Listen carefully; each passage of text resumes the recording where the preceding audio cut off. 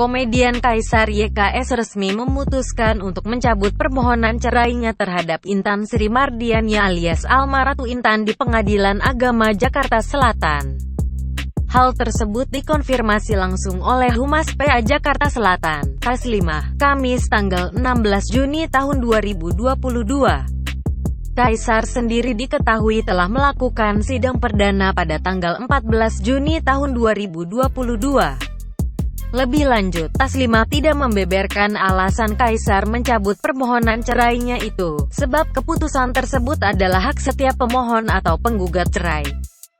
Sebagai informasi, Kaisar resmi menikah dengan Intan Sri Mardiani alias Alma Ratu Intan pada Sabtu, tanggal 30 Juni tahun 2018.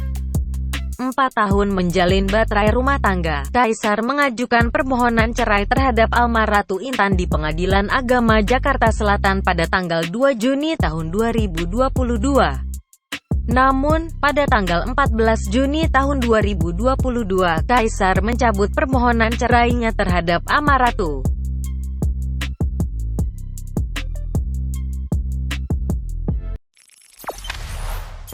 Jangan lupa subscribe, share, komen, dan like ya!